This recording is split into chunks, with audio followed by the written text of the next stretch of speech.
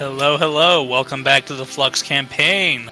Last we left our adventurers, they had entered the world blighted by undead. There were screams in the yard as they exited the tavern to see the town square under attack by a ghastly creature.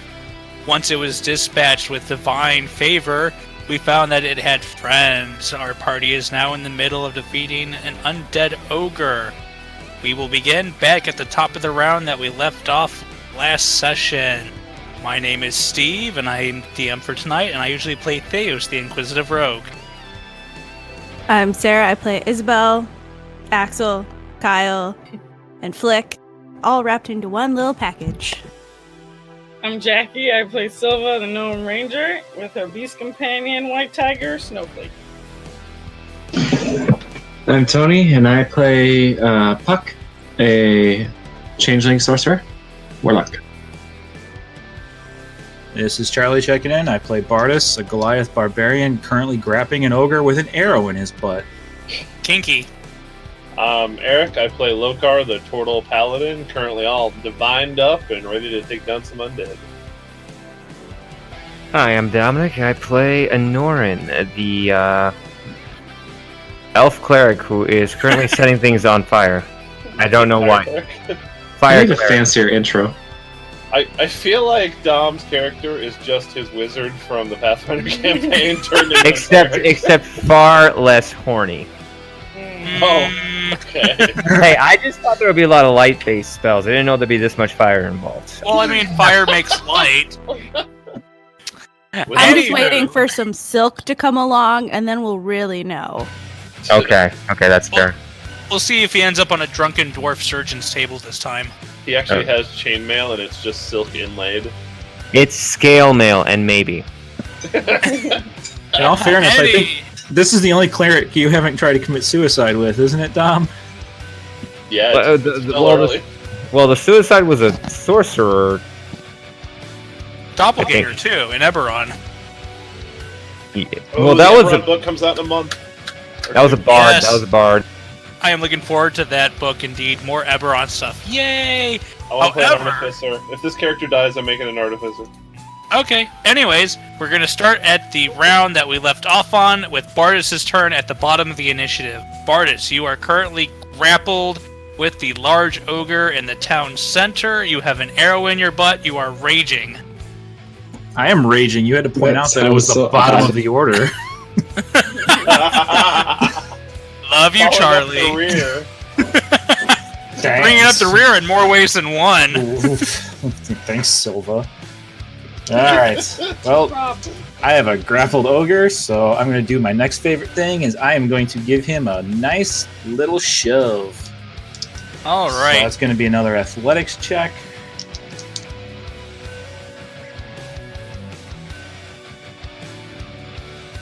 That's a lot less of a little bit less of one. That's only a 17 for a shove. Oh, he has a 23. Are you serious? I'm serious. He's got a lot of strength, seems like. Alright then. The shove failed. You attempt to shove, and you find that he's a bit sturdier than you first expected. His feet are pretty planted on the ground. However, you still have him grappled. Yes, sir. Alright. Alright.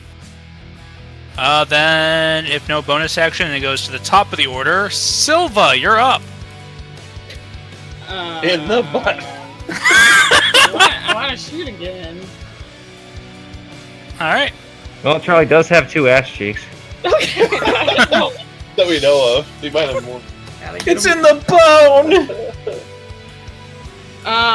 First, I'm going to tell the rest of the group that the Skelly is twitching about. Yes, good call. Drop bone. What do you shout out to your party? Hey guys! The Skelly's twitching about. Damn. What the hell did you say? Was that common? Was that common? I don't think that was common. Yes! I was excited. Did we just have Bill Cosby on the team? No, Oh my God. Guys, skeleton go watch him, Too dude. soon.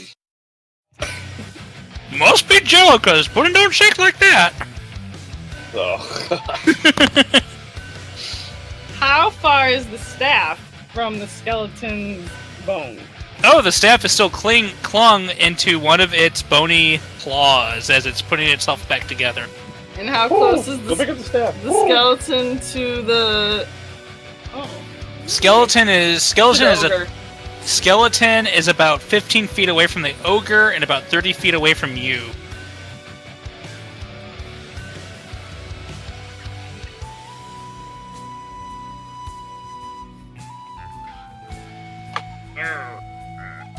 What's going on, Jackie? Your movement is 25 feet. My tiger's is 40. Oh, okay. Okay. Can I send my snowflake in to go try to pick up the staff? Yes. Fetch. You can try to have it play fetch. Go get it. Go get it. Go get it, boy. Go get it. Go get it. He spends 20 feet of his movement pouncing back and forth playfully. His speed is 40. Although it's Yeah. probably going to be a get there, pick it up. Can you do it that much? Yeah, you can get there, pick it up. Okay. Afterwards is that dreaded game of keep away where you want the stick and they just won't give it to you. Like a cat. Cats are different. They just drop it and ignore you. And I believe I can make a move. I need to see if that's my action. Well, it's your action to command your pet, right? Yes, but I think making a move does not take my action, but probably at least the...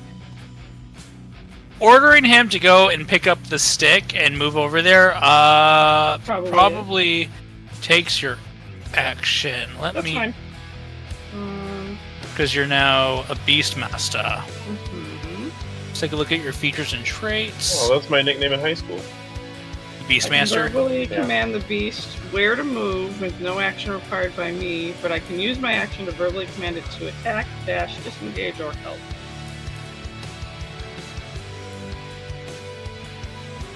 Yeah, so you need to use... But you're giving it it's moving and you're giving it a command. That's fine. I feel like that's a couple No, that's things. fine. I will take that I mean, as my that's action thought. to get him to pick it up. Yeah. You know what? I'm gonna go based on what I remember from Critical Role, where they made it a bonus action to command your pet. I will let you do that. Oh, okay. So then I can... So I won't make you give up your action, but I will make you use your bonus action to You give your can- pet's command. You can still shoot Charlie in the butt. Or Which is what we could all I- want to see. Could I use my... I'm trying not to. Do it. I mean, if that's what the crowd wants. Do it. If Could you I use my Robin Hood the to arrow have- that's already there. I just like to everybody know our priorities in this battle have completely shifted. From one session to another, dear God, what has happened? Silva, what are you doing? Could I use my action to command Snowflake to come back?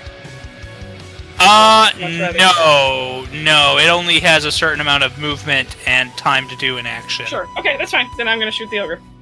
Or Try to. Sure. All right. So what are you doing? What are you doing first?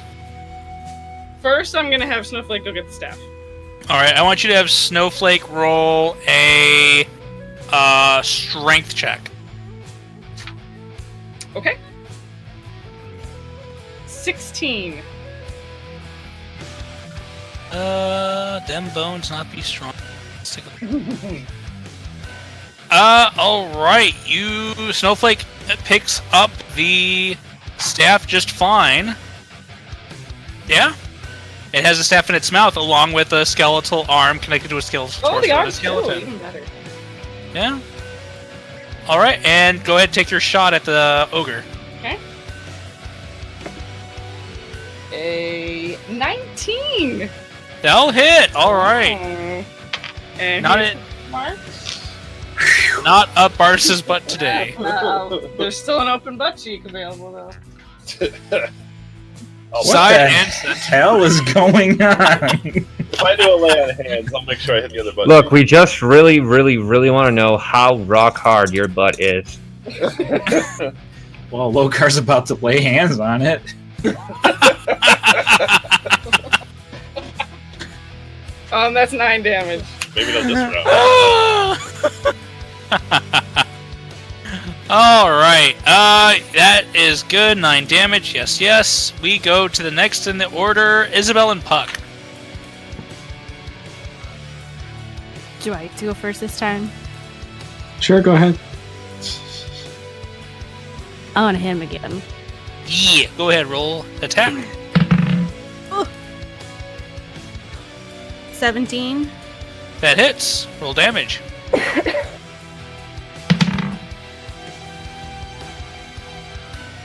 $11.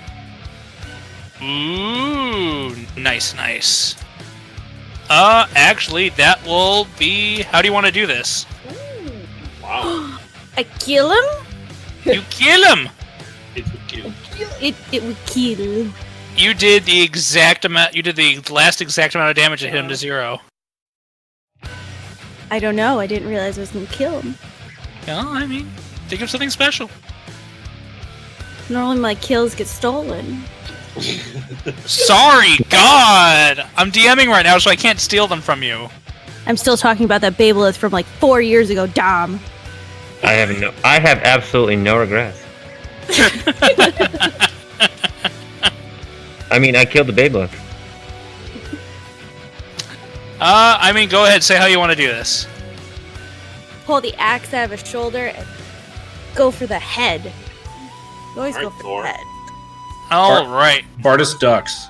He's 7'7". You go for the head, and you see that this ogre has just started to. Its strength is waning. It is losing its energy with the deep gashes and arrows sticking out of it all over its body, and you see its knee buckle, and you take that moment to hop up on the knee and jump up as you swing down with your axe into the side of its neck, looking to take its head off. Mwahahaha. Unfortunately, it resists dying because it has undead fortitude, so it made its DC, so it stays up with 1 hit point. It stole its own death from you. I quit. My turn. My turn. My turn. I get turn now. I'm That was sorry, next that to This will now be a race to kill steal. I'm dying over here. I was waiting for that. Yes, it is now Puck's turn. Alright, so, I'm gonna pick up my sword. Like, pick up my left hand, lay the sword on my hand, kind of like I'm setting up a shot in pool. And then just lunge it forward with a Eldritch Blast. Bardus All also right. ducks. All right, go ahead. 19. To hit, go ahead. 5 force damage as a bolt of shadow hits it. 5, you said? Yes. That 5 damage.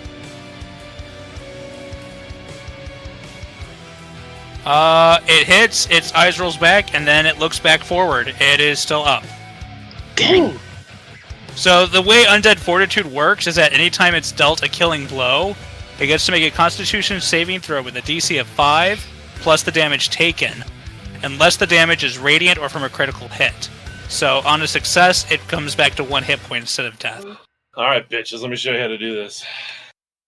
Yes, and it is Lokar's turn. Alright. I'm just gonna roll for a straight attack, yeah. That is a 21 to hit, That'll hit.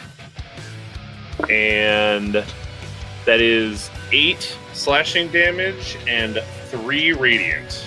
Is that from your Divine Favor? Yes. How long does that last? Concentration? Yeah, it lasts like a minute. Duration to 1 minute. Your Yep, so weapon that... attacks deal an extra 1d4 radiant. So it doesn't make all of my attack radiant, but at least that 1d4 is. So that was And- 3 radiant. And what was your roll to hit again? I'm sorry? the roll to hit was a 21. Oh yeah, he's dead. So after Axel digs her axe into its neck and its eyes just don't roll back, and then it gets hit in the side of the head by an eldritch blast. Again, just does not seem to want to go down. And then Lokar steps up and just rams his sword right into its chest and drags it up through the neck as blood and ichor just spill out, and finally it goes to peace. And I just turn to Isabel and I go, "You did good, kid, but these undead, you gotta give them a little extra something. Sarah's away from you. Yeah, and as the husband, public service announcement. Sorry, little man got up because it's storming and he's scared of the thunder. So unfortunately, you trash talk someone who just basically like rolled her eyes back and is not paying any attention to you anymore. I didn't expect anything different from me. Yeah, so Isabel just lets out a big, heavy sigh of having her kill stealed again, and just stomps away from you. Next on the initiative order is the skeleton, who is back together enough now to take a swing at Snowflake, who is holding his staff. Actually, I would have, I guess kind of knowing that, I probably would have turned to, like, after I killed that, I would have probably wanted to look over at the skeleton just in case. Yeah, that's fine. You can look at the skeleton. And then, probably walk over there, because I still have my movement. Yeah, you can walk over there, but you can't do anything. No, I'm not going else. to do anything else. I just want to be around it. That's fine. It takes a swing at Snowflake. That is, let's see, skeleton stats. That yields a 20 to hit. Dirty 20. Dirty 20, dirty 20. To hit your Snowflake? To hit Snowflake. Yeah, it hits. That is 8 damage to Snowflake. You're muted again. Yeah, Jackie's muted right now. So, how much damage to Snowflake? 8. 8 damage to Snowflake. Okay. Okay. And then it will use a bonus action to use its staff. And you see one of the Gensai corpses start to shiver and tremble as it stands up as a zombie. Great. Wait, how did it use the staff if Snowflake was holding it? Okay. It's still in its hand. Okay. Snowflake is like picking it up by one end, but its hand is still clasped around the other. Basically, it's like Snowflake grabbed the hand and it's just bopping in the head with the staff. Like, let go of me! Basically, it's like, hey, what are you doing? Let go! Hey, let go! So that is the skeleton. It goes to Anorin. Alright, okay, so it's undead. I do not like them. I'm gonna at skeleton, I'm gonna do a radiant blast. It's basically it's 2 hit, and it's radiant. So, okay, I'm gonna roll my roll now. Roll your roll. Will a 9 hit in this condition? No. Unfortunately, it's mostly back together at this point. I swear to God, there will be 1 point where I fire off a radiant blast, and it will hit a mofo. Well, keep trying. Its AC is 13. Okay. Goes to our Cuddle Master, Bardus. So the ogre is done. So He is cuddling kaput. him? Did you cuddle him like till the end? Did I? Oh yeah, absolutely. Okay. I Did helped you him. Did you go? Shh, sleep, sweet prince. No, I'm more like ha ha. Yeah. Let's see. Well, I'm gonna go ahead. Bardus will go ahead and drop the corpse, the dead corpse, I suppose, of the All right. undead. There is a big thud as it lands. How far is the skeleton away from Bardus? About 20 feet. Oh, score. Let's see now. What's his favorite way of doing things? Suplex? He's going to... yeah, Yeah, he's going to run up, and he's just going to straight up shove the skeleton down. All right, go ahead and make your athletics check. With advantage if you're raging. Oh, yeah, one of those was a 19, so that's a 26 athletics shove. Well, he rolls a nice little 16, so he goes back down on the ground. Ha! That's his whole action. All right, after Bardis. He just really just ran up and just shoved him and go, ha ha. He ran up and just shoulder rammed him down, and I guess that would be it. No Nelson laugh. All right. Next up is Silva. I'm going to. I can move my hunter's mark. Oh, the skeleton's down, but there's a corpse. He's on the ground, but now there's a zombie that's up. Okay, I'm gonna put my. Was this one of the victims of the previous trash smelling one? Yes. How many dead bodies were there before? You see 3 dead bodies in the town square. Hmm. One of which is standing. Only one of them. I'm gonna move my hunter's mark to the zombie. Command Snowflake to come back. Well, Okay. Yeah, that's a free action to move it. Okay, because it died. All right. Have Snowflake make an athletics check Okay. because she is dragging an entire skeleton with her. What athletics add? I don't have like all the stats like I do for me. If you don't have the stats, Yeah? strength check. Should be Strength? Snowflake strength. Snowflake Okay. strength. 13. Yeah, that's enough. She just starts dragging the skeleton along with her. She goes half speed, so she gets 20 feet towards you. The arm was connected? Yeah, he was mostly put back together. Oh. Okay. And then Bardis just came and shoved him onto the floor, so now the Snowflake's just kind of dragging him along. Okay. I don't really want to buy me, but okay. Then would I have to use my action if I want to separate the staff from the arm? Oh, so here's the thing. You said you moved your hunter's mark? Yeah, but that's Because that's also a bonus action. Oh, that is a bonus action. So you can either You're right. bonus action hunter's mark, bonus action control Snowflake, or you can use an action to control Snowflake and a bonus action to remove your hunter's mark. Can I still separate the staff? I'd rather do that. No. Okay, that's fine.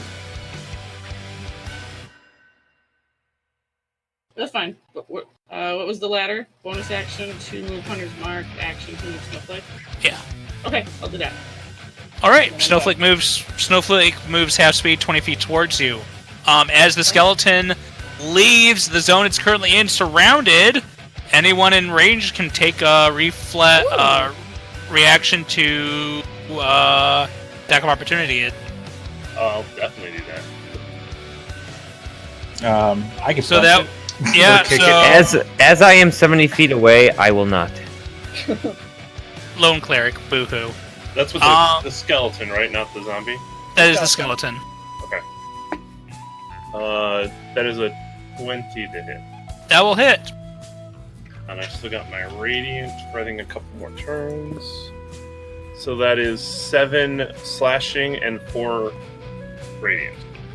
All right, and it is radiant. Sure. Oh no, it's not. It's all right. So 11 damage total. Bardis. 14 to just kick it in the face as a nice little boot stomp as it's dragged on by. All right. Go ahead and roll. No, nothing to roll. Just take straight up 4 damage, 4 bludgeoning. Oh, okay. Well, that is enough to kill it. You just see Lokar just stick his sword into it towards the ground as it drags along its spine, and then you just stomp on the top of the head as it just turns to bone dust under your heel. And Snowflake is just dragging the staff with a hand and an arm connected to it. There is one zombie. Next on the initiative order would be Isabel or Puck. We will go ahead and say for the remainder of this, as Isabel's player Sarah is out due to family circumstances, that Bardis, if you want to control her, you may, or we'll just have her sit out this round. Oh, no, I'm not falling for that trap. She's out. All right, so Isabel, so mad that she didn't get to kill the big ogre, is just kind of stomped away and is not paying attention to the remainder of the fight as she sulks. So it goes to Puck. Alright, so that staff is still in the cat's mouth. Yes. How far away is the zombie? Zombie is on the other side of the town square from the tavern, so if you're by the tavern, it's 60 feet away. Alright,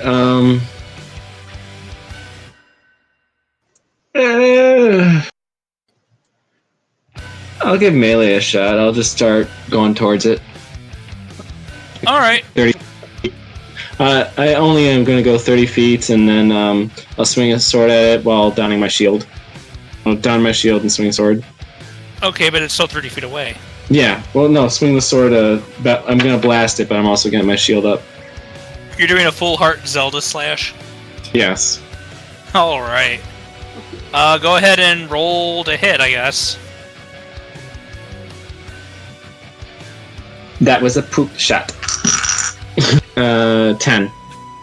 It is a basic zombie, 10 will hit. Okay. And then I will be,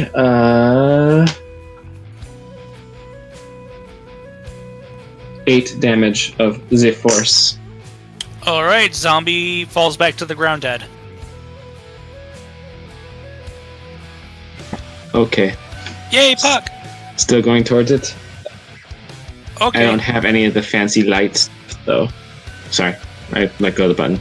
I don't have any of the fancy light stuff, though, so I'm gonna see if I could do the curb stomp that Bardis did. Okay, you can do that on your next turn when you get up to it. Lokar, it is your turn. Roll me a perception check. Alright. Oh, move your stuff. Okay. Putting over the dice tray. Ah, Ooh. gosh. Sure you want me to move? No, I'm not sure anymore. What's going on over there? A 4. A 4. You see nothing. Everything looks fine. Yeah, like it. Alright, then it goes to this. Oof. After Lokar goes to Anoran, roll me a perception check. Okay. Wait, I don't even get to do my turn?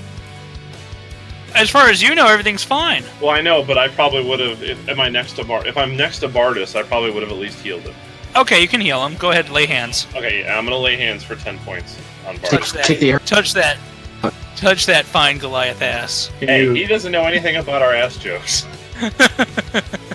But can you lay on hands and pull the arrow out at the same time? No, that I can't do. Well, that's not talent. No, I want the arrow. Oh, you'll get your arrow back. So yeah, you get 10 points of health back. Okay, so I rolled a Thank 12. you. That feels great. Alright, you notice the edge Also, of why are the... you touching me? Sorry. No, it's alright. You notice that the gem on the end of the staff is glowing again, and that you see the bone particles that are under Bardis' foot start to try and reform into a skull. I'm gonna make my way over there, and can I like maybe take a swing at the rod? Yeah, sure, if you want. Should I just roll attack roll, or can I just do it? It's a cutscene, or? It's in the cat's mouth, by the way. It is in the cat's mouth.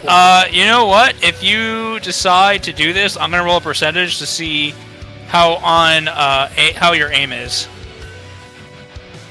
So it's up to you. Well, if it's in the cat's mouth, I was like, Silva, can you get your friend to drop the rod? There's still magic coming out of it.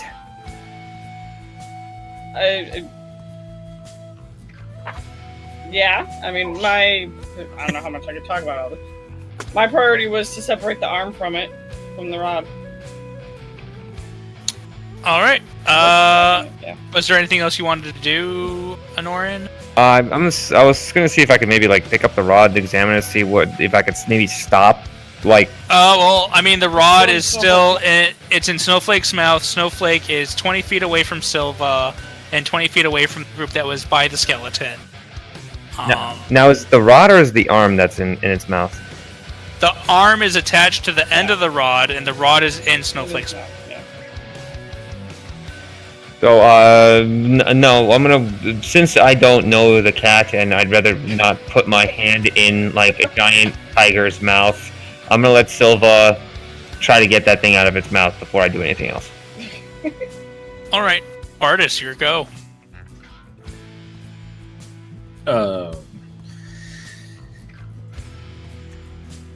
He survey the area, looking around as this chaos kind of unfolds, but really having no real natural ability to connect the staff to anything. So he more is happy that he's feeling better, although actually role-playing reasons.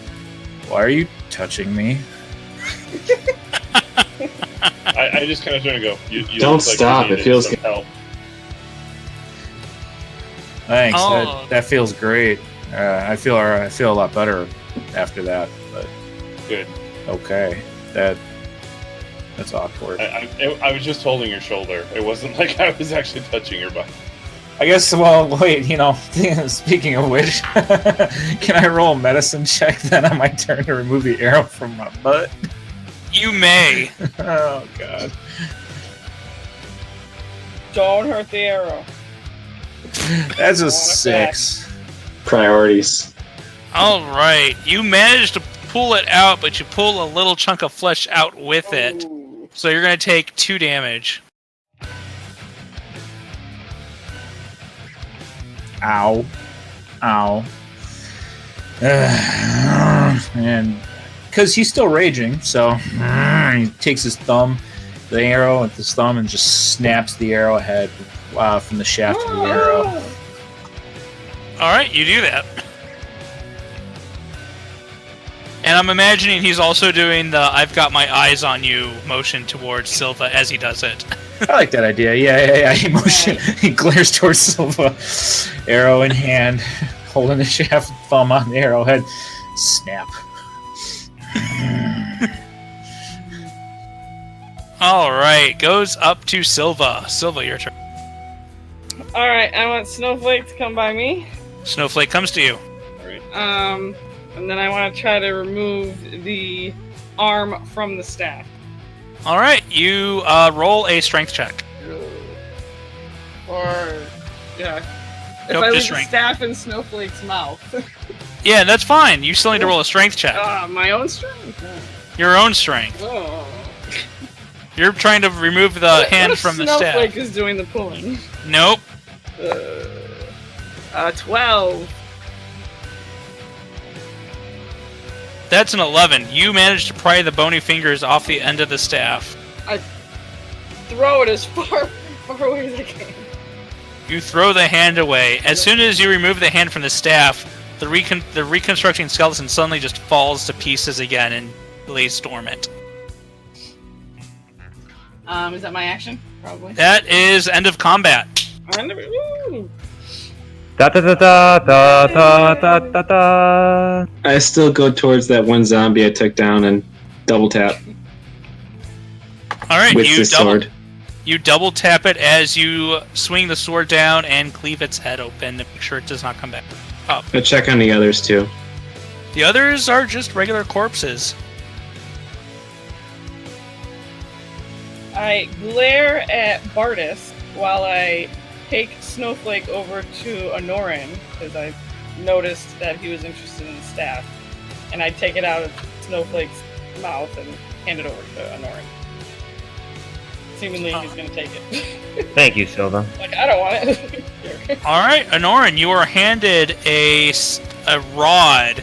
It is about, let's say about 3.5 feet long with one dark gem on one end that when it was in the hand of the skeleton had a deep glow in it, but now that it has been severed from its touch, the crystal looks dormant and dark. The wood looks like it is made from the branch of a dead tree. As opposed to the branch of a live tree?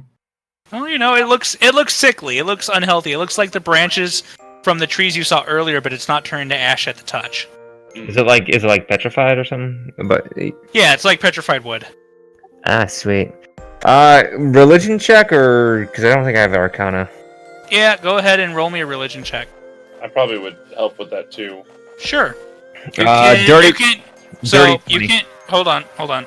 So you can either do a separate check, or you can help give Honorin advantage. I would have done a separate check. I rolled an 18. Alright, so you can both tell that this is a rod of undead control that has been modified. Modified in what way? Modified, you know what? I can tell you that with your scores, I can tell you that it is a rod of control undead. It can be used by intelligent undead to control less intelligent undead. Command them with it to attack or do whatever they want. From what you saw, you can assume it's been modified that it makes the wielder somewhat able to regenerate from wounds. Okay, truly a fearsome weapon. This thing regenerates. Anything more than that, you would probably need to get a specialist to identify it. Yeah, like a necromancer. The devils. Or somebody with an identify spell. That too. Alright, but yeah, you have petrified rod of undead control. I'm gonna hold on to it up until because I don't really want to like I don't want it to fall in the wrong hands. But I'm wondering. But now that I've had a chance to examine it, I'd really rather not destroy it with all these fresh corpses around. Yeah, so I'm guessing you just kind of belt it or pack it or whatever. Yeah, I'm gonna hold. Do you wish to carry this burden, or do you wish to me to carry this burden? I will carry this burden for us all. If all else fails, I'll burn it to ash. It may become a useful tool if we can use it against the undead.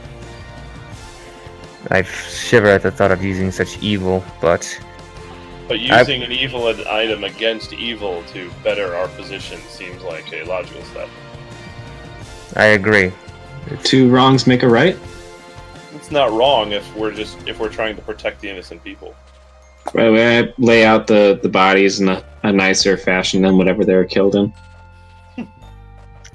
We will. As You do so, you see that the mayor/tavern owner is exiting the bar and looking at the carnage that has taken place. My word, I did not expect to see so much destruction, but you truly did it. You stopped the raiding party. Did he get the vapors? He did. Okay. Just a slight accent change between sessions. Don't worry about it. Fine. I just... Yes, we were with haste. We managed to get out here and dispatch these undead. And I put my sword and shield away, and you see the glow kind of dissipate. Oh, undead are intense. Indeed.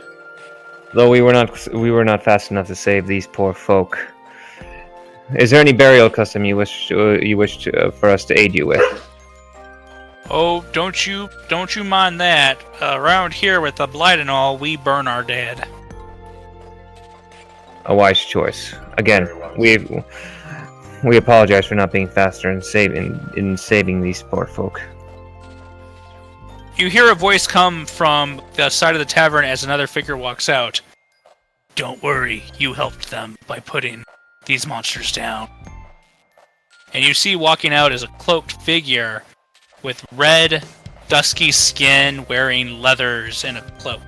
And as he pulls back his cloak, you see that he is a similar-looking Gensai to the mayor, except instead of blue, he is red, and his hair is orange, and it sticks straight up and seems to wave almost like it was an open flame. And who might you be, sir? I'm Apollo. I was once a guard at the castle where it is now ruled by the undead master. Is this the guy that we would know the mayor was telling us that was coming by, like the guard captain? I guess not, if he was a former guard. No, you would probably put that together. You know, probably the guard captain no longer wants to work at a castle full of undead. Oh, that's right. He abandoned the castle. That was good. Yeah. His name was Apollo? Yes. Former castle guard. Okay. His coworkers are ghastly. Yes, sir. You must be the mayor, I believe. Mentioned you that you used to work in the castle before this lunatic came in and took over. Yes. I kind of walk over and extend my hand. He looks at it warily, not sure about what you're doing, but he slowly reaches out, takes it, and as you shake it, he just seems to follow along with your custom of handshaking. Yes, it's been about 20 years now since this blight came upon us. You've suffered under the blight for 20 years? It's been reaching out slowly, grasping the world, strangling the life out of it. And now the cancer spreads all the faster. Yes, this is but one of a few holdouts where our people can still live on this world without being harassed by the undead on a daily basis. Here they just send out small raiding parties, and we've been able to turn them back with minimal losses. And the castle is a source. Yes, 20 years ago, a human just appeared outside of the kingdom, and he was taken in by our king back then, a man named King Jafe. The king took him with curiosity, and he was allowed to be nursed back to health. However, once back in health, he betrayed our king, took over, and has slowly been turning our world into a wasteland. Then we will do everything within our power to help you and aid this land in its recovery. First, we must cut out the cancer and burn it. Will you lead us to the castle? How far away is this castle? From here, about 2 weeks' ride. Unfortunately, we will not be able to stick around for very much longer, I fear. But we may have ways of getting closer to the castle. Is there another city near the castle, or is pretty much all the land there wiped out? As you say that, you start to feel, everyone starts to feel a slight pull, as if their insides or soul is being, almost like it's being pulled out of this reality, as you start to feel what Narek had warned you about, that you wouldn't be able to stay in this world that long, that it would reject you and force you out. I quickly loot that one, weird-looking body. I hold my breath. I have just enough time to do it. Silva's feverishly writing in her journal. As you're doing that, Apollo reaches out and hands Lokar in his hand a wooden flute with an emblem of fire, with a fire motif around the edge where the air blows out when you blow in. Learn the Song of Storms! I don't have much time. What will this help with, if I might ask? Just play this. It is attuned to my inner spirit, and it will tell me when you are back on this world, and I can join. 15 investigation to loot that body. I think there's actually a timer. What? He's rushing. What? You find 5 gold coins, however, they are not the same kind of gold from your world. Let's say Good enough. Drinks with gold from my world. What did you loot? He looted the dead body he just killed. Which one? The zombie? What? One of the zombie, yeah. I was aiming for that creepy, stinky one. Oh, the creepy, stinky one. Oh, no, he ain't got shit. Thick. Can I pull a tooth out of the ogre's mouth before we're pulled away? I need a trophy. I need a It's like trophy. we all have a feeling of being pulled away. We're like, no, we're not done looting yet. You can definitely pull a tooth out, and how much do you care about picking up its large-sized morning star? I will grab it. That is my morning star now. I want Alright. a tooth. Crap, I didn't think about getting a tooth. Oh well. Well, you're already busy talking about I know. I got a flute. You got a flute. A flute of Summon Apollo, I guess. And then, Puck, you got nothing because you went after the ghast. Wait, did he teach me the Bolero of Fire? He didn't specify that you needed to play a specific song, apparently. I was just making a Zelda reference. I know, and I am choosing to go over it. And yeah, I mean, you guys get that done, and then one moment you're in that world, and then the next, as you blink, you're back in the magic circle under the castle. Damn it, I feel like I could have had 5 gold, but I went for the wrong body. I feel like we did good for that world. I appreciate the time we had there. I brandished a large-sized morning star. I did well. I take the flute and I put it in like my bag that I have stashed. So, just so you're aware, the large-sized morning star is a 2d8. Oh god, you gave him a Is he giant just gonna hammer. swing it, hugging it? I'm just gonna hug the morning star. And... I'm gonna have to look into the Goliath stuff later. He might be able to wield it as a normal weapon, or he might have to wield it at disadvantage based on depending on the Goliath stats. I'll have to take a look. But yeah, he has a large-sized morning star that deals 2d8 damage plus strength. So, so you all arrive back in the middle of the magic circle where Narek had sent you to that world. You see, standing where he was, Narek is laying across the edge of the circle, breathing heavily. His small, snow-white ferret body looks paler than it was. Paler than white for some reason, as it seems that there was a great strain on him to keep you... It. Thing. I Ferret. would walk over and... I know that must have taken a lot out of you, and we appreciate the time you gave us there. We managed to fend off some undead from a village that was being attacked there. It was good to see you do good. There is a dark presence on that world that is familiar yet escapes me. I do not know. I feel like we will have to go back to that world sometime, but for now, I must rest before I can send you anywhere else. That is fine. We have made a connection there that will be very helpful when we get back there. You rest for now. For now, I am... Go, and he just yells like he's excited, like, go to the tavern! And starts walking up the stairs. As you do so, Narek just kind of starts to fade and then sink into the ground as he goes to rest. She. Ferret. I guess it could be non-binary. That's fair. I mean, yeah, come on. Makes sense. We're in the 21st century. Then we have to refer to it as they. That's fine. Or she, he, it, ferret. Alright, so you guys are back in Flux. Lokar says he is going to the tavern. On his way there, what is everyone else doing? I'll go too. Silva also goes. Getting some practice swings in. You Stand get back from that. Damn, you read my mind. You get some practice swings in, and you manage to seem to keep it under control as you take your time and swing it carefully. And you're like, yeah, I could see this doing some damage.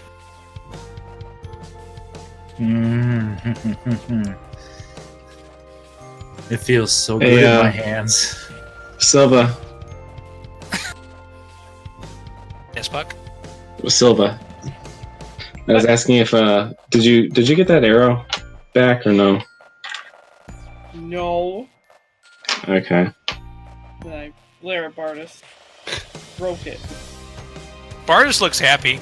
he's swinging a large-sized morning star around. He owes me an arrow. Alright. Anoran, what are you up to? I think I'm trying to think of what he would want to do with the rod.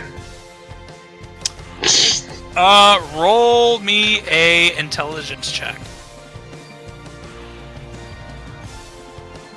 No. No. Why don't you see Only- if It's a see if 4. Tim can help you with that? Yeah. Well, we have Felicia's a lore master. Tim's You an have- enchanter. Enchanter. Yeah. Get them both in on it. I think I would go to the lore master. Yeah, probably a good idea to ask her about this undead king, or not, well, human king of undead person. She might be able to pull some up. Yeah. We don't even know the name of the world that we're on. That we were on.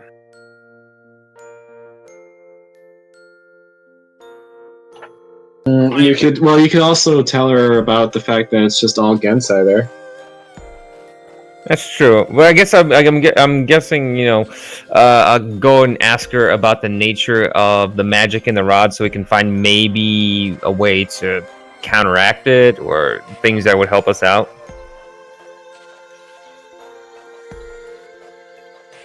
I mean, that's up to you guys what you want to do. If you want to split the party, a couple guys go to the lore master, some go to the tavern to get drunk. That's up to you guys. It's roleplay from here on. Yeah, I'm definitely going to the tavern to get drunk. All right, Lokar goes to the tavern.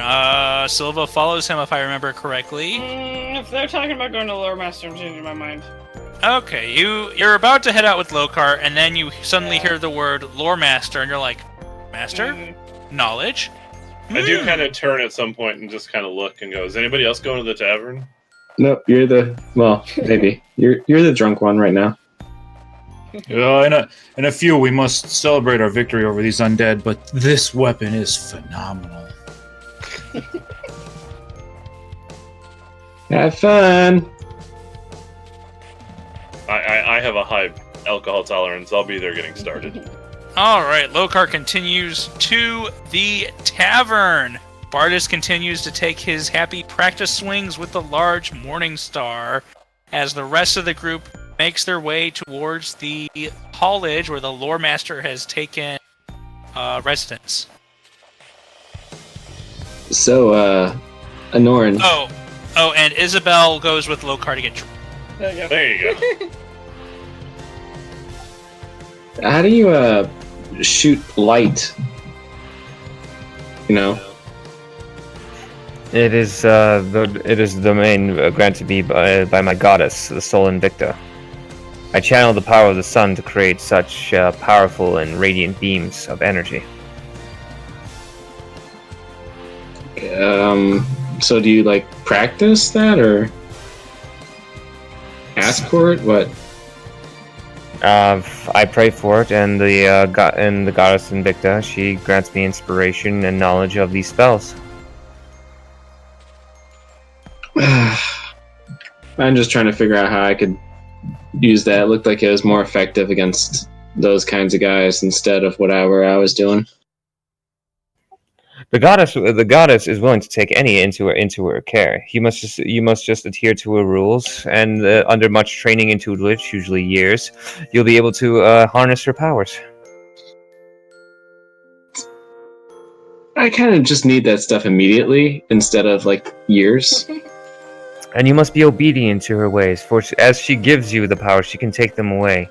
Any who stray from her path will be stripped of their magic. So, my friend, are you willing to go on this path with me? Are you willing to be my apprentice in the great religion of Sol Invicta and praise the sun and all of its joy? This sounded like a question there, but how about? I was trying to think of a word. I was trying to be less radiance. Radiance. Christ, why did I not radiance? All this radiance. How about you just stand in front of me? I can do that. At this time, Lokar and Isabel, I'm going to say Isabel still an Axel due to her anger about having her kill stolen still. You two get to the tavern and you begin to get your ales poured As there is no economy here, you just get ales. It's fine. You did not see the orc. You did not see the half orc blacksmith on your way, so that did not happen. Yeah, I'm still probably beat from everything that happened with the event, so I'm not paying attention. Everyone else makes their way to the college, and as you run up to it, you hear a shout and a scream from inside.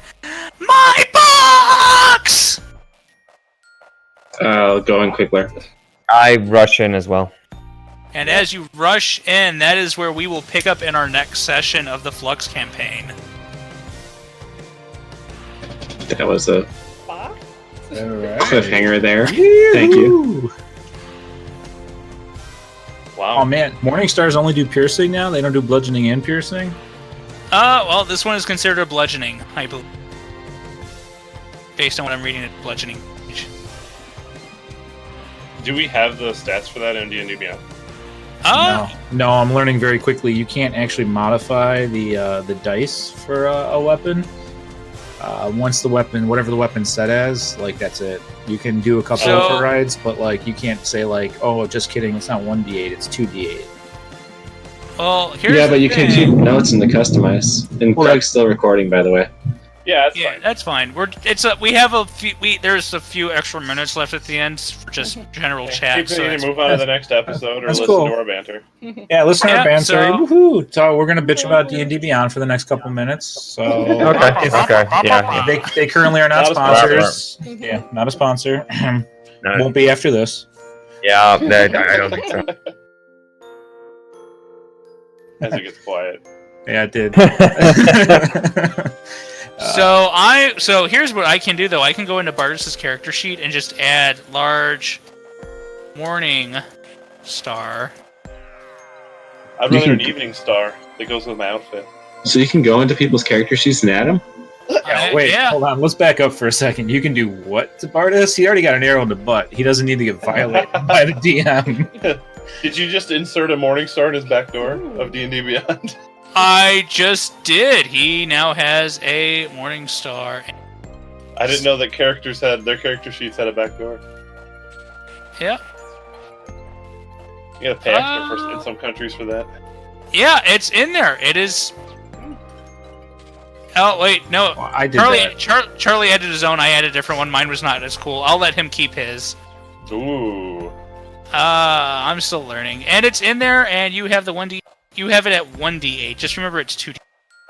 Right, that's what I was saying. You can't override the actual dice in here. I just have to put a note that says it's 2d8. Oh yeah. That's annoying. That was I'm like s- suggested like a year or something ago in a forum post, and it's still not And- implemented. Well, they're still working on stuff, so maybe eventually. That's fine. Whatever. There's then nice giant stars. It says 2d8. Like I'll just remember that. And then there seems to be no Yeah, just- oversized rules either, so that's kind of interesting. Yeah, Yeah, so you could have a little halfling wield that Morningstar just fine. Well, no, I think that would be DM discretion at that point. Shh. Pshaw. Pshaw. Alright, well, we can cut off the audio and pick up the next episode, I guess. You know what? I would consider, since you have powerful build, you're considered one size larger when determining carrying capacity and weight you can drag, push, and lift. I would say that probably allows you to wield size. Double-handed, though. Oh. Aw. I wanted him to wield two-handed weapons like a barbarian from Diablo 2. Alright, let's go ahead and cut the audio. Alright, have a good evening, everybody. Get on my character sheet. Good night. Good night.